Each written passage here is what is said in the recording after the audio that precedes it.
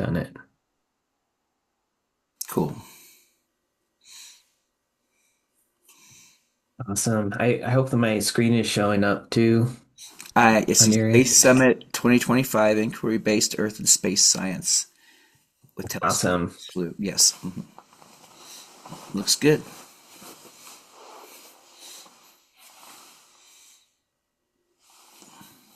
Hey, first though, John, I really appreciate what you do. It's a lot, and it's really cool. Oh, thank you. Thank you so much. It's a lot of fun. Um, there's a lot that goes on to in behind the scenes for these.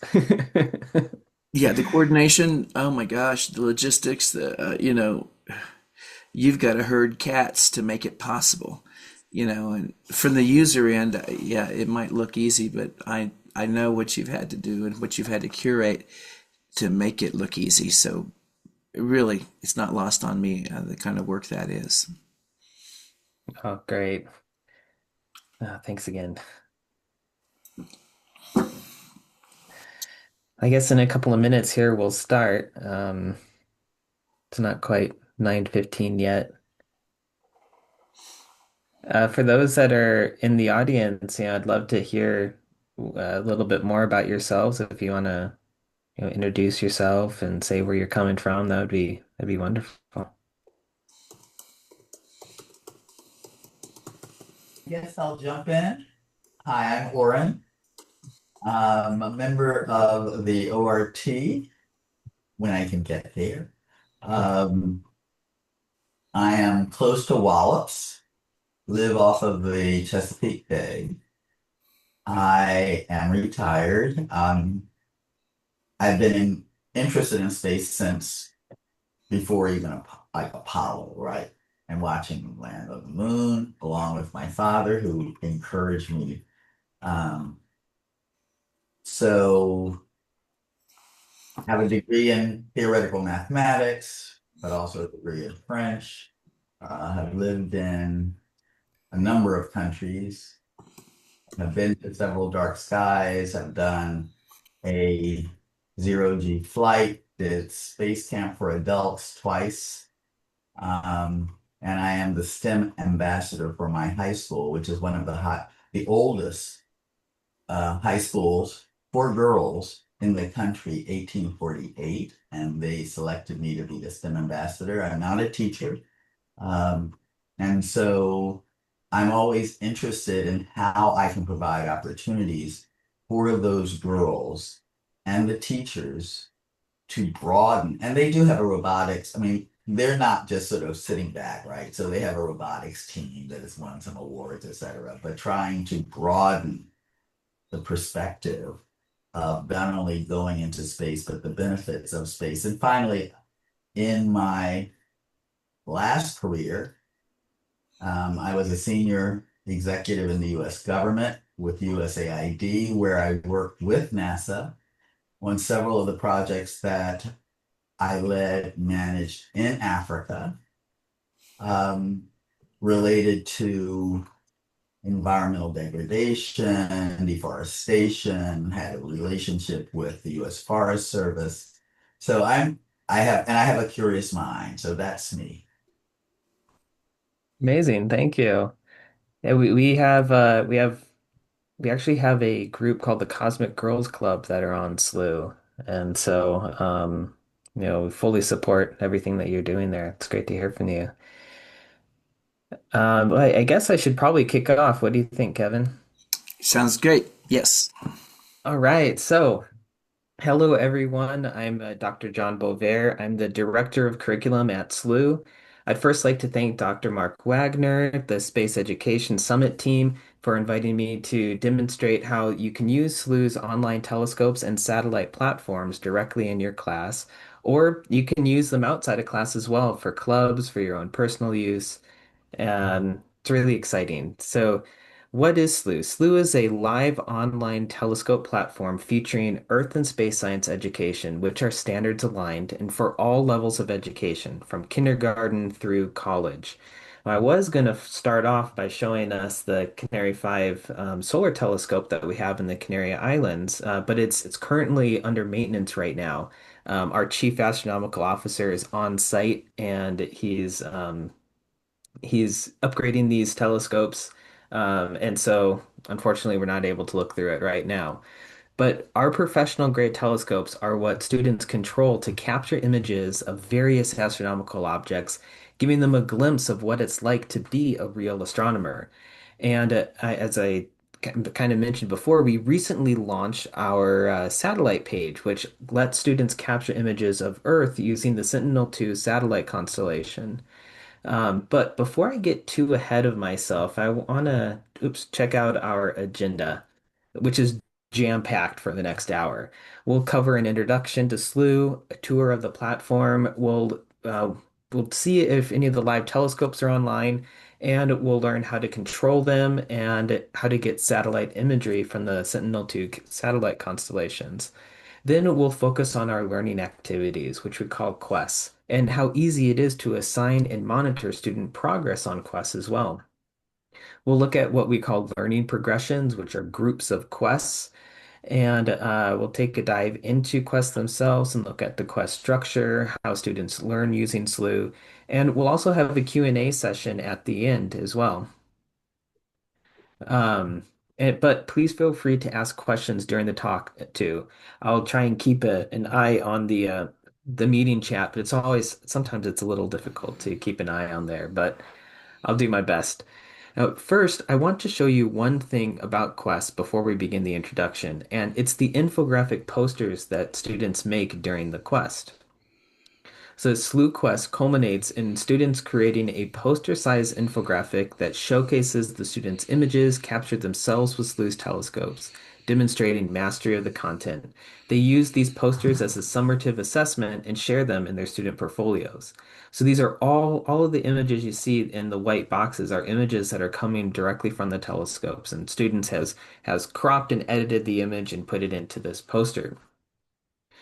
Um, here's another example of a poster from a quest called the Milky Way Explorer, which students learn about every type of object that they could find in the Milky Way galaxy. And we also have quests that cover topics like the life cycle of stars. Here, they're capturing objects at each stage of stellar evolution. These quests can be assigned to students so that they can be used in the classroom to go along with your syllabus. And there's jam-packed learning that students do as well. I mentioned that we have a satellite page now where students can capture images from the Sentinel-2 satellite constellation. And this is an example of an Earth science poster that uses the new satellite page. In this quest, students investigate wildfires, what causes them, how to mitigate their effects, and the connection to our changing climate. It's amazing to see what satellites can capture. These are actually before and after images of the Palisades wildfire in LA that happened earlier this year. We also have quests that are long-term projects where students collect a bunch of images. Here's one where students capture all 110 Messier objects. And we even have Earth Science Collection quests too. In this one, students are capturing um, the 50 most prominent impact craters found around the world. Now, I can talk about quests alone just for an hour. Um, but I want to take a look and see if one of the any of the telescopes are online yet. I was going to be able to show us Australia one, but it looks like it's offline due to weather right now, which is a, real world thing that students have to grapple with. Same thing that professional astronomers have to grapple with as well. So, anyways, let's start our introduction of Slooh.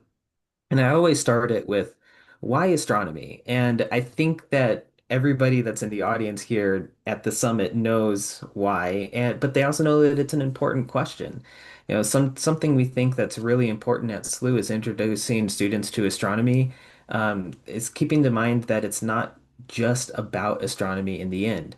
By bringing students into space and helping them develop an understanding of the wonder of our skies, you're instilling in them a thrill of curiosity and the excitement of asking questions about the unknown.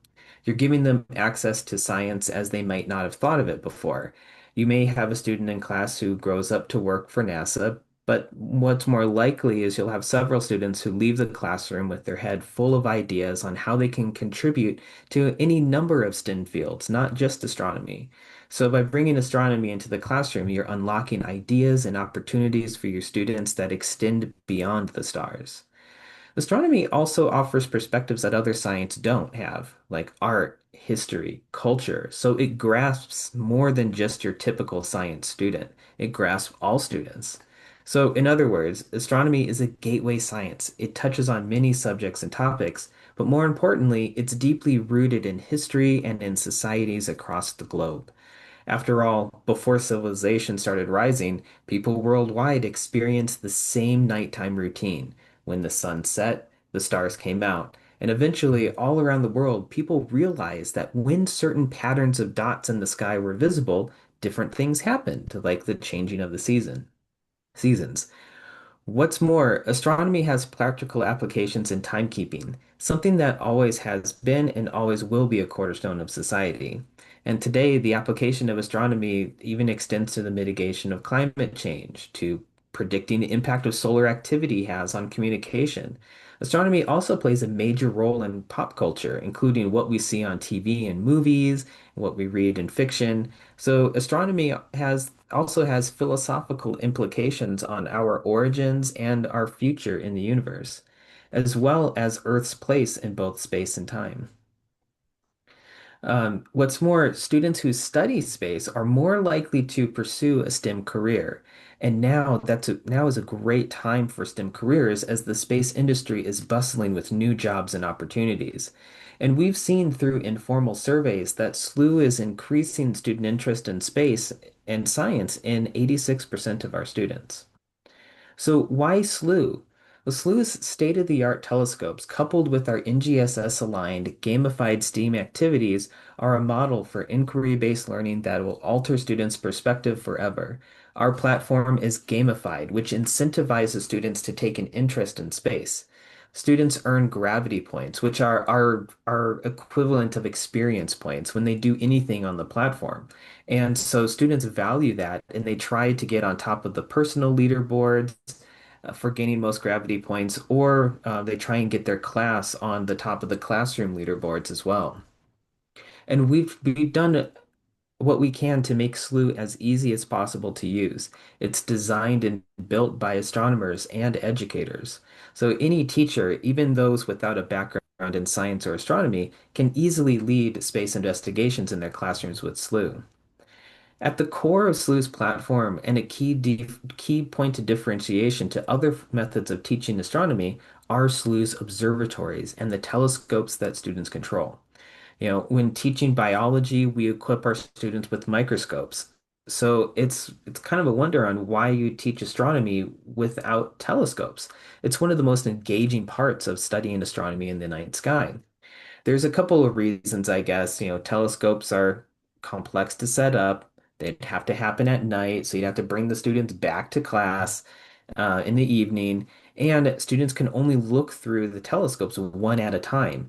And that's not even to mention whether or not the telescope is focused correctly, weather conditions, light pollution blotting out night sky from cities. But Slooh's huge telescopes, which some of them are large enough for kindergarten students to actually climb into are located at world-class observatory sites. They get to control equipment in the same way that most professional astronomers do, and many astronomers that I've met through my time at Slooh are astounded at the quality of the equipment that we're putting in the hands of students. So Slooh owns 11 online telescopes that broadcast live from our flagship observatory at the Institute of Astrophysics of the Canary Islands, our Chile observatory in association with the Catholic University of Chile, and our recently opened Australian observatory, which is located at the world-renowned Siding Springs Observatory in Eastern Australia. Having telescopes in both hemispheres gives students access to the entirety of the night sky. And since we've opened our Australian observatory, we've unlocked 24/7 night sky coverage. Barring weather, anytime a student wants to look into space at Slooh, they can. And like I mentioned, I wish that it wasn't cloudy in Australia right now because we could be looking into space. But, like I said, that's what happens. But this is amazing because students, especially in K through 12, are cut off from the night sky and the rest of the universe due to many factors, light pollution, difficulty with using the set of telescopes. So Slooh's state-of-the-art telescope and our Quest curriculum are an equitable way to bring the universe back to the students so they can engage with space and gain a cosmic perspective. Um, this leads me to highlight the importance of representation in astronomy. We've been intentional in our curriculum development to ensure students see themselves on our platform. Astronomers from all over the world are represented through our gravity point tiers that students graduate through as they gain gravity points. We also have quest activities that focus on different cultures and prominent astronomers and scientists from all over the world. And our platform welcomes connecting students worldwide to discuss what they're capturing in the telescopes and learning in quests. Um, just see a question in here whether or not we have any radio telescopes. Unfortunately, we don't. All of our telescopes are optical telescopes. But radio, it would be great to have some radio telescopes in Slooh's arsenal of telescopes. Now, before I go further, I have to kind of go over some astro lingo. There's going to be some terms that I'm going to be using throughout the rest of the talk, and just want to kind of define them really quickly before I go forward. First is the dashboard, and this is where you can check the status of the telescopes, view your quests, and schedule missions. We also have telescopes. This is Slooh's 11 portals into space, located in the Canary Islands, Chile, and Australia. And we have quests. Quests are our learning activities where students use Slooh's telescopes to explore astronomical topics and our satellite page to explore Earth science topics. I'm going to be mentioning missions a lot, and missions are a 5 to 10 minute scheduled time slot using a Slooh telescope or a query to the Sentinel-2 satellite constellation to get to capture satellite imagery. We also have workspaces. These are places where teachers can invite their students, where they can participate in sharing observations, discussions, and other activities with each other. I also mentioned gravity points before, but gravity points are earned by going on missions, completing quests, taking photos, and when students complete our quest learning activities, they earn a badge for each one. So this is another kind of point of gamification. I'll mention star parties, which are live interactive events and programs where students can participate and interact with each other. In fact, we just wrapped up a whole series of astronomy classes in Spanish and captures. I already used the word capture, but this is what we call images that are snapped from the live telescope view or images that students get from scheduled missions. And we also have observations, and observations are photos and thoughts submitted by community members. So I want to show you an example of an observation. This is one that a student has posted, and as we could see, it's a image that comes directly from our telescopes, and they've added some text to go along with it. This is a really fun nebula. This is called the Gabriela Mistral Nebula. And if you were to take the famous JWST image, the cosmic cliffs, and rotate it 90 degrees, it's actually this nebula. This is the nebula that we can see there. Here's the kind of like peak of the cosmic peak here. They call this the Gabriela Mistral Nebula because it looks like the side profile of the famous Chilean poet Gabriela Mistral. And so we are looking at the same objects when you see that JWST image. So here it's optical, but in JWST it's infrared. And we actually have a quest called Slooh to JWST that teaches students about the difference between Slooh and JWST and why each of them are important. Just a little bit more about quests. We'll look at them more in detail after the dashboard tour. Quests are a series of steps that your students will engage with in order to plan and complete one or more missions. During quests, your students learn about astrolingo, background information, they plan and schedule one or more missions, and by the end of the quest, your students will have learned and practiced skills such as developing and using models and planning and carrying out investigations. Each quest contains about 3 parts, 5 to 7 steps in total for your students to follow. And before assigning a quest to students, teachers can preview key information about the quests. And what's really neat about the quests is they don't have to be completed in a single session. Students can pause and return. And this typically needs to happen anyways because there'll be a point in a quest where students need to schedule their missions. And then, like a professional astronomer, when they schedule time on a telescope, they have to wait for the time to happen to get the data for them to complete the quest. So quests on average take about 45 minutes per part to complete, and they contain interdisciplinary connections to various subjects. And all of our quests have teacher resources, which are backgrounds that help all educators, especially ones in elementary or middle school who might need a little bit more background knowledge than a high school teacher, for example. So that's the introduction. So I want to dive into the tour of our platform. At the top of every page in our platform is a navigation bar that looks like this, which helps the students around in the site. Now, educators will typically spend most of their time in their workspaces, moderating and looking at discussions that their students are putting on, whereas students themselves will spend most of their time in quests and the telescope pages. But everybody pretty much starts off on the dashboard. And inevitably, what ends up happening is students realize that and educators realize there's a wealth of information in our various guides, which we have a guide for every object in our database and guides for all of the telescopes, observatory sites, famous astronomers, etc. So I want to jump onto the dashboard now. So that this is the Slooh dashboard. This is the student's front seat to their exploration of space. It includes links to all key areas on the platform. Here's that navigation bar I mentioned earlier.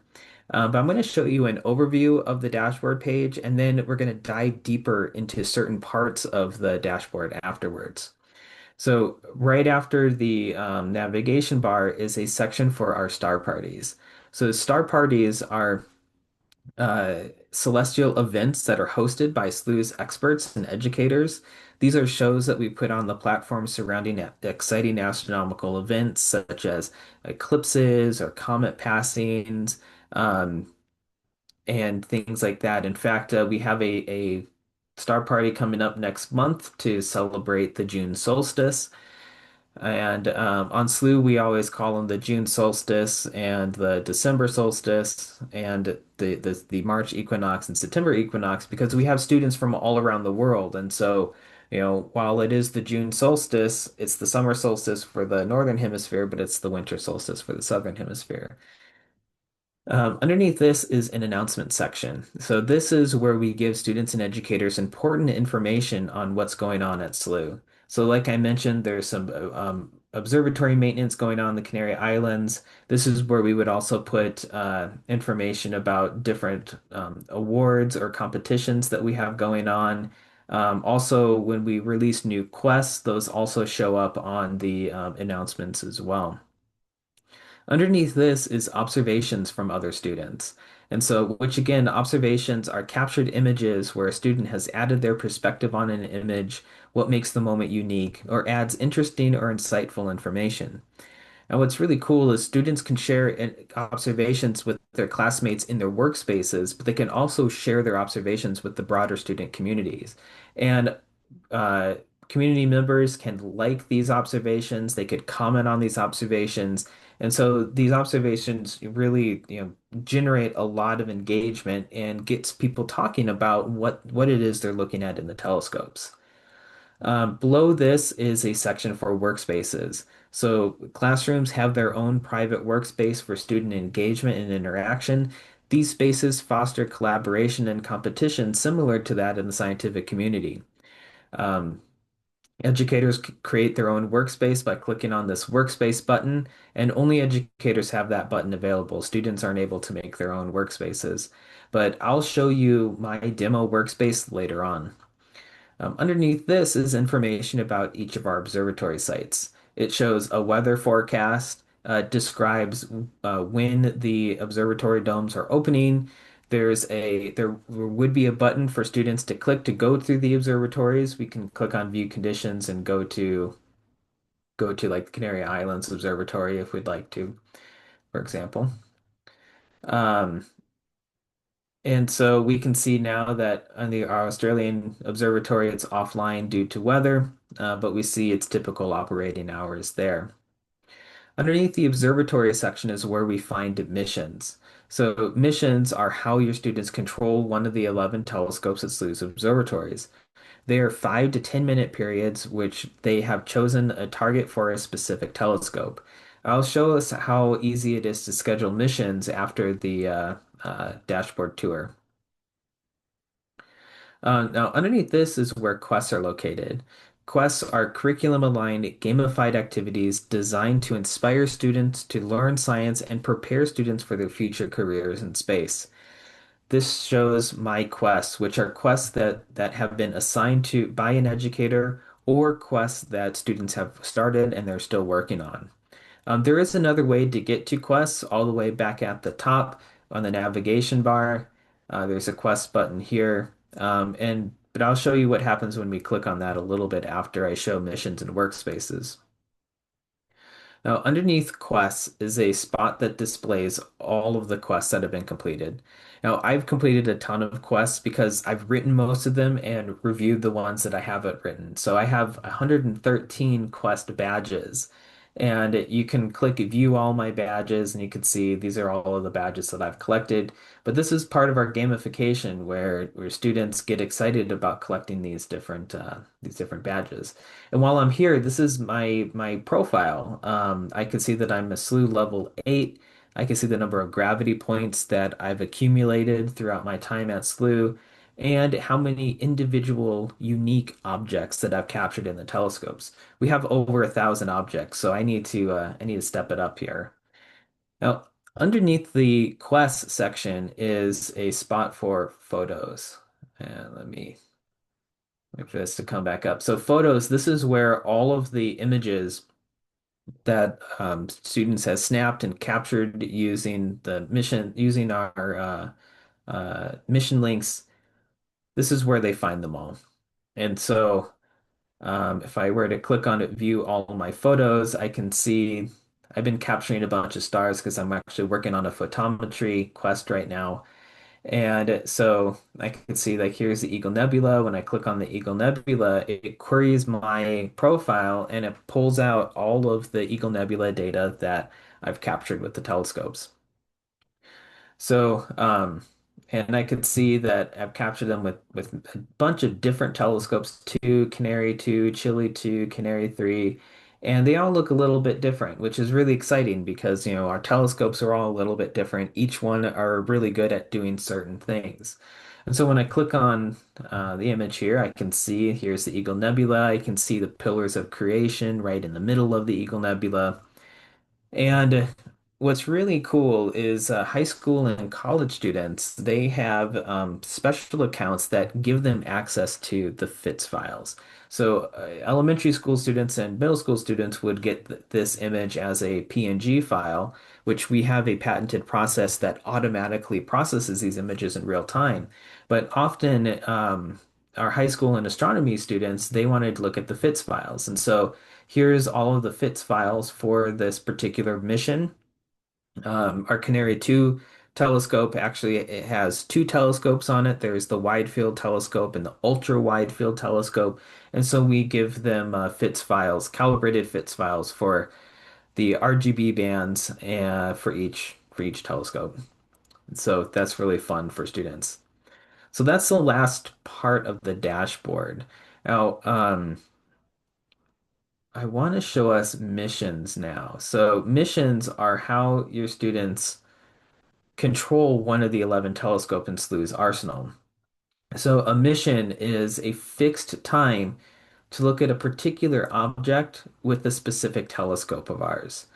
And so you can see here that there is a couple of featured missions which are there for users to quickly schedule a mission to a spectacular object that's visible tonight.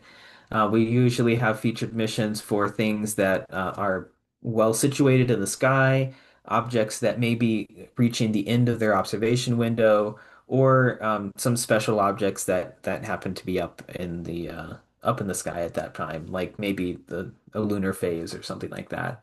And so to join one of these featured missions, you just have to click the join mission button hit join mission, and boom, I'm going on this mission. And I can see that all of a sudden in my mission section, it was populated with this mission card. And so this lets me know that, okay, in 8 hours and 7 minutes, this the Canary 1 telescope is going to slew on over to the Eagle Nebula and take an image for me. And I'm also given some information as well. I can see the weather forecast is looking good. I can see the sky quality. I can see the object altitude for the Eagle Nebula during the mission. And I can see that the moon is below the horizon, which is great. Not going to have a lot of contamination from the moon in the sky. But I want to show us how easy it is to schedule a mission to something that's not one of the featured missions. So when I click on Schedule Telescope Mission, it takes me to the Slooh 1000. And like I said, Slooh 1000 is the 1000 most spectacular objects that are available in the night sky. And so we can choose a category of object. We have a bunch of category of objects, everything that everything literally in the universe. And so let's say, for example, we want to find an emission nebula. So when I click on emission nebula, what's happening is the platform is looking at all three observatory sites and it's pulling out all of the emission nebulae that they can capture tonight. And it serves me this list in the drop-down menu. So any of these nebulae that have a dark font is something that we can capture in Slooh's telescopes tonight. But you'll see that there are certain nebulae that have a gray font, and these are objects that are too close to the sun, and so we're not able to capture them tonight. So let's see.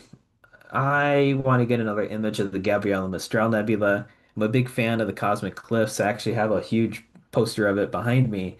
But I love this nebula and what it represents as well. So I'm going to choose that one and hit preview mission. And so here the platform's given me a mission to choose from. So a fixed time to look at a particular object with a specific telescope. All right, so we'll schedule this mission. And when I go back to the dashboard, I can scroll back down to the mission section, and I can see that the a new mission card has been added. Now, students can have up to 5 concurrent missions at a time. So this doesn't mean 5 missions a day, it just means 5 concurrent missions. And so once, for example, in 7 hours after my Gabriela Mistral mission is done, if I've had scheduled 5 missions, I could go ahead and start scheduling more missions. Now, what's really awesome is students don't have to be on the platform for their mission to occur to obtain their image captures, though they are encouraged to look through the telescopes as their image is automatically processed live in real time as the telescope collects more and more photons, which look like this animation here. So the images start off in black and white, and as the missions continue to occur, the telescope is getting light in the different filters and is actually doing the processing in real time. So what's really cool is students can watch the live telescope feeds from Slooh's network of mountain telescopes. They can hang out on these live feeds. If there's a image that they really like, they can click on this uh, camera icon button, and that captures that image and data, and it saves it in their personal collection. So in principle, students can click throughout the different telescopes and just start capturing images all night long. Snapping live images from the telescopes has no limit. They can do this literally, like I said, all night long or until their bedtimes. Now there is other ways to schedule missions, and I'll show us that when we talk about quests. Um, but I want to check out one of the live telescope pages. So Canary 1 is offline right now. We still have, like we saw on the front page, a few hours for it to become dark in the Canary Islands. We actually have an all sky camera, so we can see a little bit of the conditions. This was last night. If I scroll forward, you could see, okay, there's the sun. The sun is still in the sky in the Canary Islands. Still have a little bit to go. But what's really cool is when the telescopes are online and before the telescopes become online, you can take a look at the telescope queue. And this is basically the schedule for the telescope for this evening. And I can see that there's a bunch of missions that are already planned on the time schedule. But on the upper right corner, there's these three dots. And when students click on this, it says join this mission. So there is a way for students to find something that they like, a mission that's already scheduled, and they can actually join it, which is really cool because this allows for students to join each other's missions. If you are running a lab and have your students in small groups, one student can schedule some missions and all the other students can join those missions. That way, the entire group is working with the same data. So this encourages mission collaboration. There's also some other advanced ways to schedule missions. Let me go back to the schedule mission tab. There is another way where you can get to scheduling missions by clicking on the telescope icon in the navigation. I could see all of the telescopes. I could see they're all unfortunately offline right now, but there is a schedule mission button. When I click on that, I can also schedule missions by constellation. So I can choose a constellation and I can then basically get a list of objects of all the objects that are within that constellation. I can schedule missions by catalog. We have the Messier catalog, Bennett, Cadwell, NGC. But what's really neat, and one of my favorite ways, is the by telescope method. So with the by telescope method, you're able to select one of the telescopes and you can see the schedule. Now, of course, the schedule for tonight is already full, but if I were to go to the next day, it's probably also a little bit full, but oh, it looks like we have some mission slots that are available. And so we do have a way for students to select the specific mission slot that they want. And once they do that, they can schedule missions via the Slooh 1000 method that I showed, or by constellation, or by catalog. But we also have the ability for students to enter in right ascension and declination and go on a mission to wherever they want in the sky. Now, if I were to just put in just something quickly, just to kind of sh show a little bit, um, of course, it's going to not be above the horizon today. What about something like this? Now I'm just picking a random right ascensions just to try and see. Come on, it's like below horizon. Okay, what if we do like maybe 16? Okay, so when students put in a right ascension and declination and they schedule missions by coordinate method, they have access to different image processing presets that we have at Slooh too. So so students can really, they could schedule missions just through the Slooh 1000, or they can, schedule more advanced missions, doing the image processing that they'd like as well. So, earlier this year, we launched our satellite tab. And so there's a new button for satellites. And if I click on that, I can see there's only one satellite right now, the Sentinel-2 satellite constellation, but we plan on adding more satellites to this tab in the future. So when I click on this, it brings us to our satellite page, and the first thing we see is the latest satellite mission from a member. So just like the live telescopes, if there's something here that we'd like, we can click on this camera icon, and it'll save that image into our photo section. This is actually pretty cool. I can see Niagara Falls. I can see the white crest from that massive waterfall. So I'm going to save this one. I'm going to click on the camera button. And so now this image is saved to my collection. I can use it in quests. I can share it as observations. So it's really fun. Now, underneath if I scroll on just a little bit, you can actually sift through the recent missions and we could see the various satellite missions that students are going on. And on the right side here, I can see the mission name that the student has put for this mission. I could see an image of where the satellite image is coming from. This blue shape here, this is the satellite swath that is coming from the Sentinel-2 satellite, and this red box is the actual image that we see here. I can see some information about the center coordinates of that red square, the area of the red square, when it was captured, um, and where it is, its resolution, etc. And underneath this, there's a couple of buttons that we can use to actually schedule missions, querying the Sentinel-2 satellites. So the easiest way is just choose on map. And so we click choose on map. Students are given this map of the world where they can zoom in, and wherever they click, they can start scheduling a mission. So I'm going to click here. This is Tenerife. This is the island that Slooh's Canary Islands Observatory is at. And so once I click, I can have a few different options here. I can change the area, the size of the satellite image that I want to capture. So maybe I want something rather small, maybe not 10,000 square kilometers, maybe only 50 square kilometers. And so that we get a live update on that satellite area that we want to capture. You can choose a date range as well. So this is good for, looking at past climate events, like, for example, the Palisades fire that happened in LA. Once these things are clicked in, you can click Explore, and the platform serves you a bunch of different satellite swaths that you can choose from. So again, the satellite swaths are these the blue shapes, and you can see that we're going to be capturing a small chunk of the satellite swath here.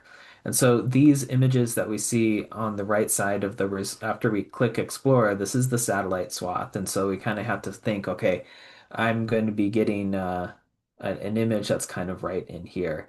Now, this is actually a really cool image of the entire satellite swath because we can see that the mountaintops on the Tenerife Canary Island is actually above the clouds. It's peeking through the clouds. Kind of neat to see. So, does anybody have any questions at this time before we start talking about workspaces?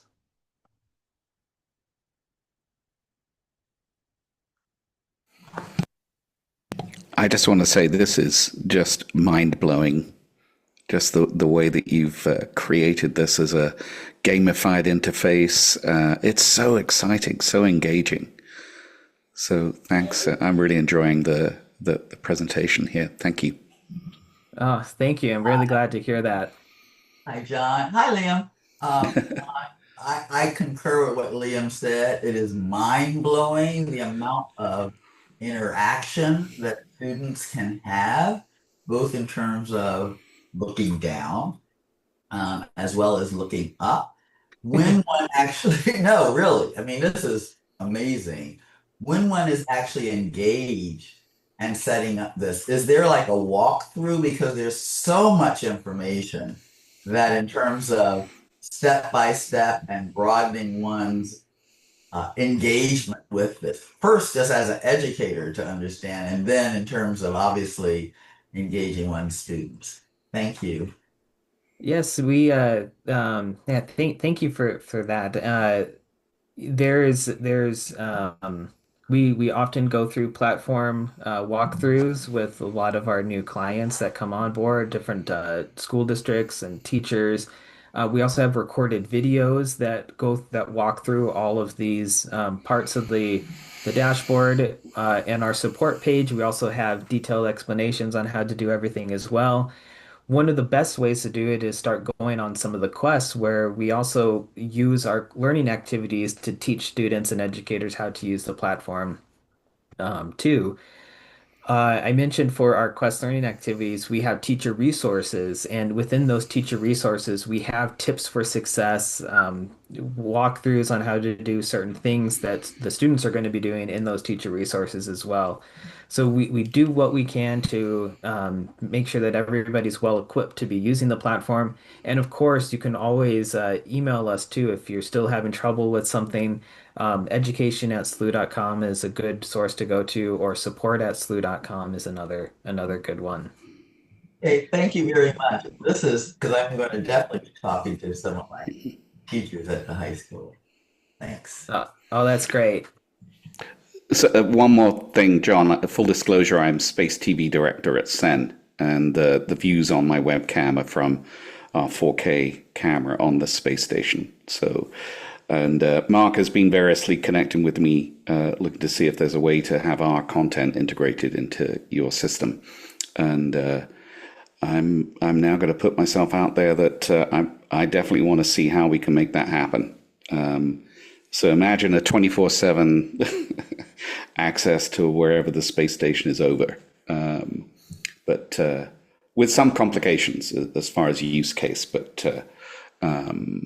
yeah, I'm just so inspired by what I've seen here, and ashamed that I haven't got into brokering proper, good demo meeting with us. So sorry, I sort of come here with a perspective, but I just bottom line is you're a great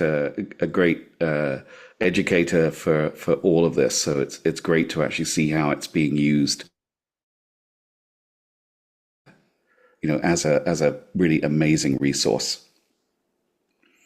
Thank you so much. Yeah, Mm, we've we definitely, have talked about having the ISS show up as another satellite to choose from to basically snap live images from wherever ISS is at. So yeah. that's really awesome. Yeah, unfortunately, NASA's version of this feed has a big blockage in it, and our version switches between three different cameras. So it's Oh complicated wow. because you won't always know. So the one that I'm showing on right now is the docking cam.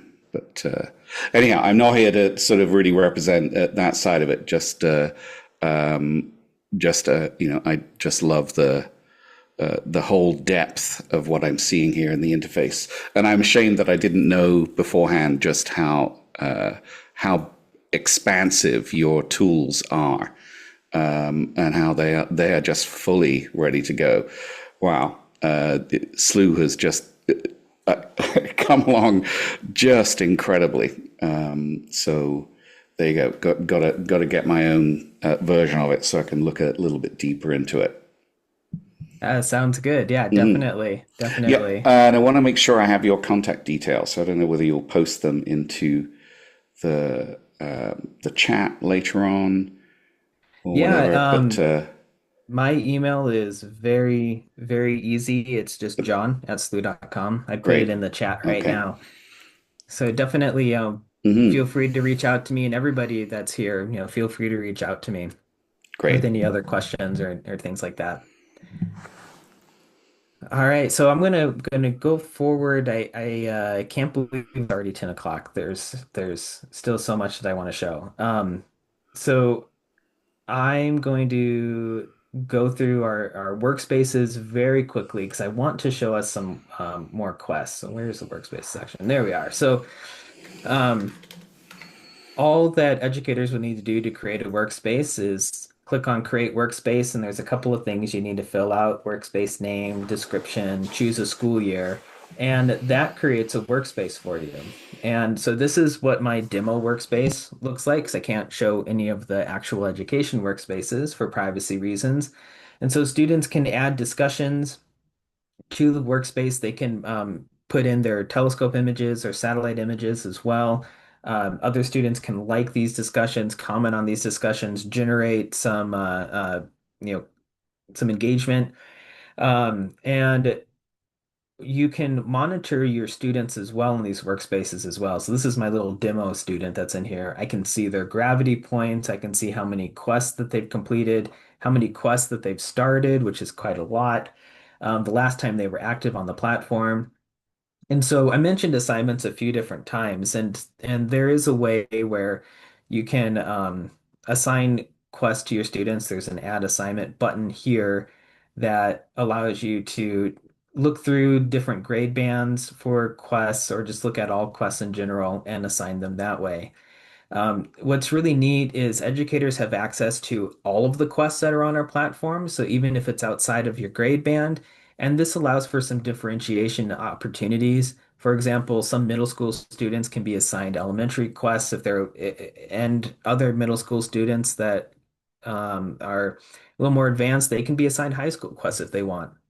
And we've noticed even that sometimes the colleges assign quests that are outside of the college level too. So, think of like the non-science majors, for example. So I want to spend the rest of my time talking about Quest learning activities in more detail. So Quest learning activities are the foundation of Slooh's Cosmic Classroom. They use Slooh's worldwide network of online telescopes and our new satellite page to collect and analyze Earth and space phenomena and teach students specific aspects of astronomy, earth science, social science, history, culture, and other STEM topics, keeping students engaged and excited to learn. There are over 90 interactive lessons that challenge your students to use Slooh to collect and analyze data to form their own conclusions. We currently have what are called learning progressions for each grade band. A learning progression is a sequence of Quest learning activities specially curated to be used in the classroom. These learning progressions are carefully put together from our entire collection of Quest learning activities Slooh offers and designed to address topics that are taught in an introductory, astronomy course. Um, of course, you don't have to assign all of the quests in these learning progressions or do them in the suggested order that we put them in. Um, and you can only do the ones that, you can do the ones that you're interested in too, of course, that works. So we even have a high school astronomy learning progression, which is a little bit longer than our high school physics learning progression. We have a college astronomy learning progression. And we're putting together some new learning progressions as well. We're doing an advanced missions learning progression where we teach students how to use the advanced tools that we have on Slooh, the scheduling by coordinate method, where students learn how to make image mosaics from their telescope images. And we're working on a series of quests that teach students how to use FITS files to do certain things.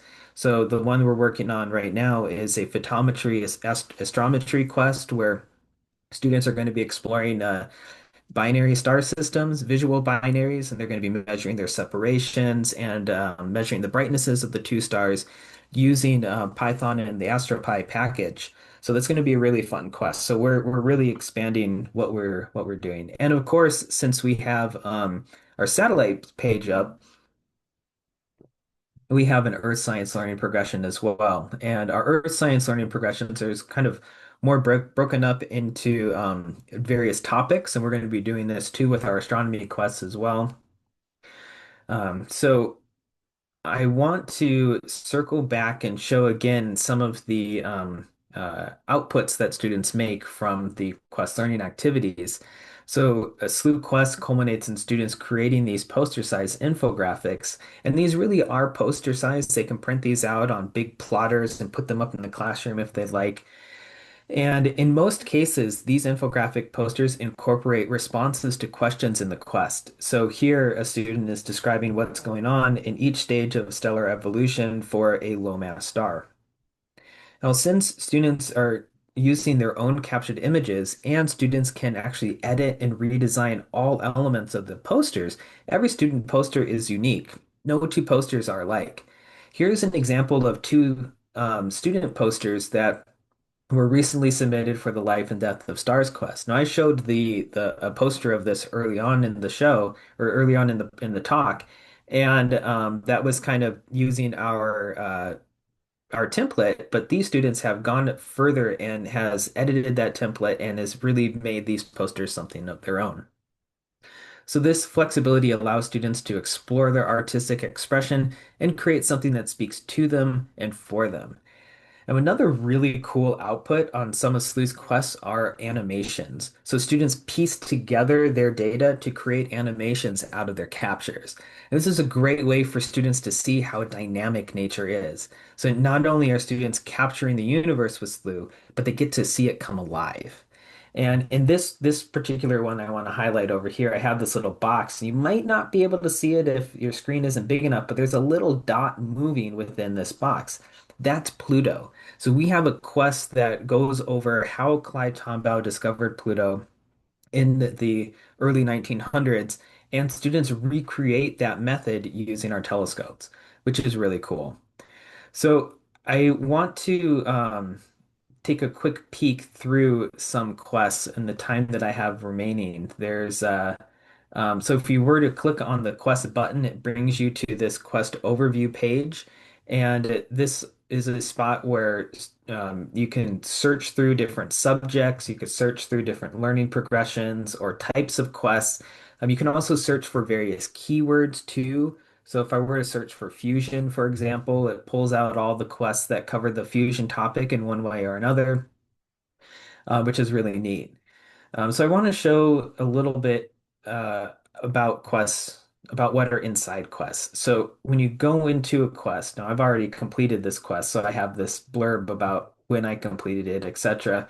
There's an about this quest that students and educators can read, an observation challenge, how many gravity points the student earns, images captured. We also have the objectives for the quest, so the standards that the quest hits and a bit about the lesson information, vocab, etc. But what I think is really awesome is all of our quests have teacher resources. So this is a teacher resource for the story of the Big Bang quest. And like I mentioned, these offer additional classroom planning and engagement support, including classroom discussion topics, um, prerequisite knowledge that students should have before coming into the quest. It goes through all of the vocabularies, quest tips for success, what an educator would need to do to plan through this quest. And for this particular one, we include some in-class activities where we have students actually analyze different graphs. These are some handouts for students to fill out when they analyze this graph. This is a slow reveal graph of the Hubble law. And we also have a quiz associated with each of our quest parts as well, and a spot for an answer key. So this gives educators an example of what they should be writing in like our free response questions. And for our various math questions, we've written out exactly what students need to, the work that students would have to do to get the answers to the questions. So I want to jump between a few quests quickly in the time that I have left, just to show some of the diversity that we have of our learning materials and a little bit more about what quests do. So this is our Milky Way Doppelganger quest, where students learn about the Milky Way galaxy and they learn a bit about how we discovered that the Milky Way galaxy is a galaxy, how we discovered it as spiral arms, and how it has a bar. And so here, students need to capture one of these spiral galaxies. And we include these links within the quest that when students click on them, it brings them to a page where they have a little more flexibility with their image captures. So they can choose a date in advance. So maybe we'll look at tomorrow. And when I scroll down, I can see information about where the Whirlpool Galaxy is in the Canary Islands Observatory. So I can see its altitude. I can see the timing of its altitude. I can see where the moon's at. And I'm served three mission cards. And these mission cards give us a little bit more information to help students put on their thinking hats and choose a mission that's going to be successful. So I get a weather forecast. I can see the object altitude for each of these missions. I can see what's going on with the moon. And so by kind of, putting all this information together, I can choose a mission that is going to be successful. And so this is how students would go on a mission within a quest. And so what's really neat is the students can they have to add their images into the quest itself. So in this particular question, it asks what's the name of the galaxy you capture, but there's nothing there. There's this placeholder. And so when I click on find image, it queries my photo section for all of the galaxies that are on that list, and I have to pick one to use. So I'm going to let's see, I'm going to pick this one here. So actually this one. So when I click on this, it's going to put my data into that quest module. And then all of a sudden, the rest of the quest is updated with this spiral galaxy that I captured in the telescopes. So students are kind of building the quests as they are working through it. And they're analyzing and capturing their own images. So you can just imagine that a classroom of students, they might not all capture the same galaxy, and so their galaxies that they're going to be analyzing is a little different. So I'm going to quickly click through some different quests to show that we have free response questions where students are analyzing and comparing images of various objects. We have multiple choice and fill in the blank questions. Our questions include interactive animations where they can um, test their understanding. We also have interactive. Interactive questions where students are working with their own images. In this one, they're looking at uh, selecting large and small craters on the moon, and then they learn about the energies involved to make them. Students learn how to obtain, evaluate, and communicate the information they're learning. And the output is clear if a student answers correctly or incorrectly. Other flavors of assessment found throughout quests are mathematics walkthroughs that ensure students understand the reasoning behind certain equations and to make sure that they're working with particular units. We also have fail comfortably free response questions where students see something and they're asked to describe what it is they're seeing. So they see this video of the sun getting bigger and turning red, and they're asked to explain what it is they're seeing. They might not know that the sun is going to turn into a red giant before the quest, but at the end of the quest, they see this video again and they're asked to explain what it is they're seeing. We also have quests, have activities where students are working with and making models. So this is a model, a toy model of a dark nebula, and they're asked to turn it into a reflection nebula. So they need to put the star in front of the cloud and flip the cloud around so that it's reflecting the starlight.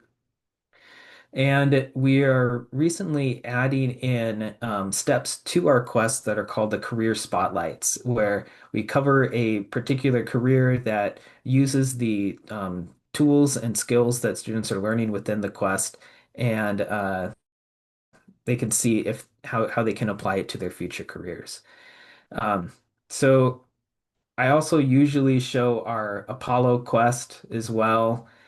This is a quest where students learn about Project Apollo. It gets them excited about Project Artemis coming up, and they capture images of the moon where the day-night line are near each of the landing sites, and then they're taught where the different landing sites were, and they place a little lunar module sticker on their telescope captures to show where the astronauts landed. So as you can see, Slooh and Slooh's quests are authentic, remote Earth and space science activities using Slooh's robotically controlled live telescopes at premier observatory sites worldwide with our new satellite page for satellite imagery. They teach students how to explore space in a self-directed manner while completing engaging learning activities that challenge them.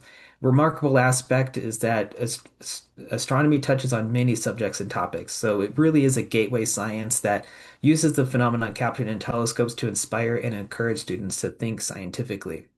So, Slooh is more than just an astronomy and earth science platform. It's a STEAM platform that does this inspiration and encourages students to learn practical skills in an exciting and engaging way to prepare them for their future careers. Now, I could go on for another hour if I had it, but I don't. So, um, does anybody have any questions? Thank you so much for your time as well. Thank you so much.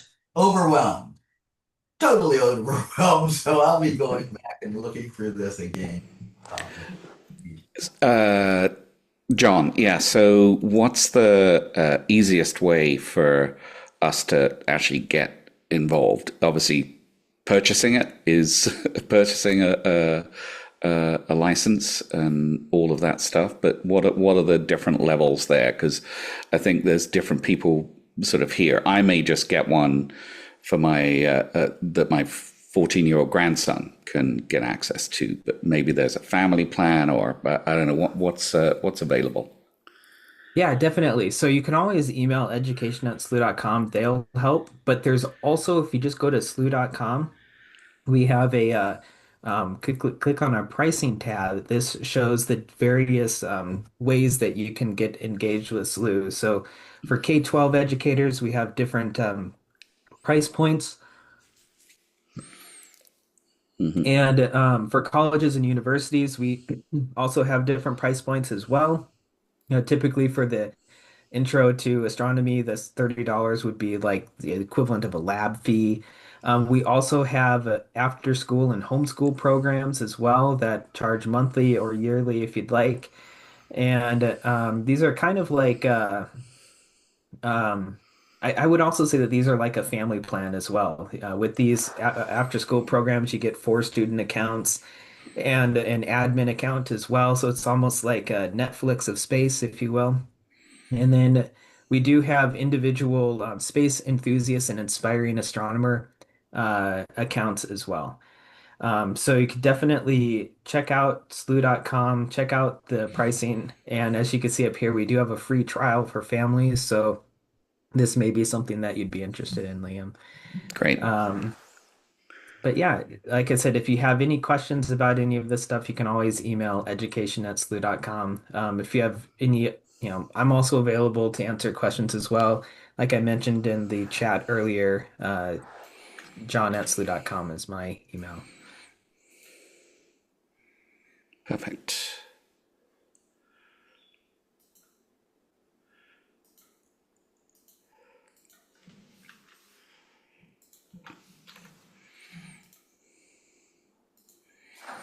But yeah, it's a lot of fun to see what students are capturing and what they're sharing. Um, uh, I'm always amazed to even see to see what I see in these telescopes a lot of the times.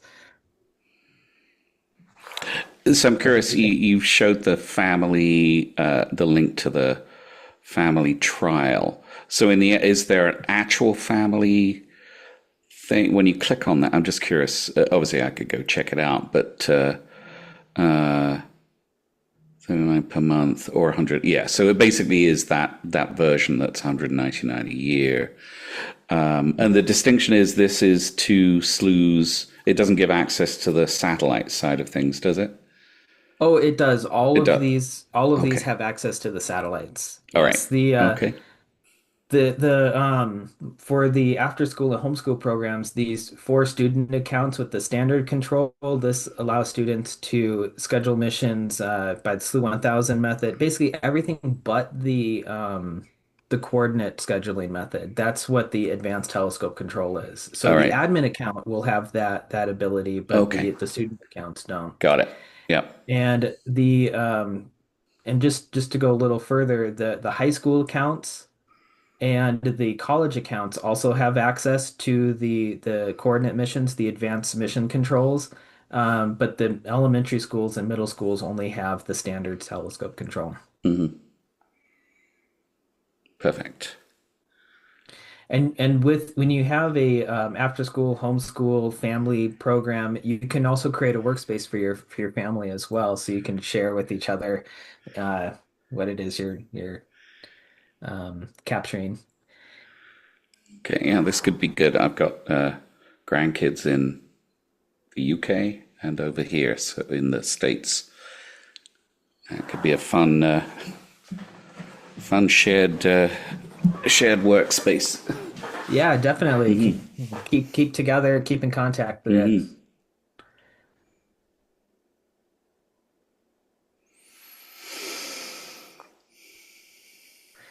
It's had a question, what kind of training is there?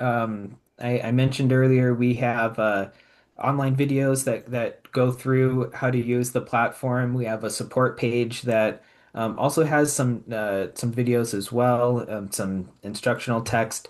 We host star parties that go over how to use Slooh um, as well. And then for districts and classrooms that sign on to Slooh, sometimes we come in and actually give demos on how to use the platform. So we try and have as much training as possible. And yeah, so I hope you excited. I hope you can enjoy it.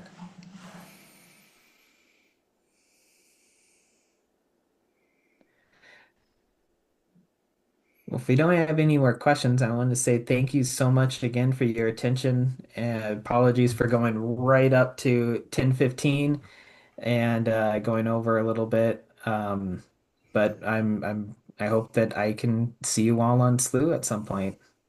And Thank you so much. I'm grateful for all of your work. It's just tremendous, tremendous, my friend.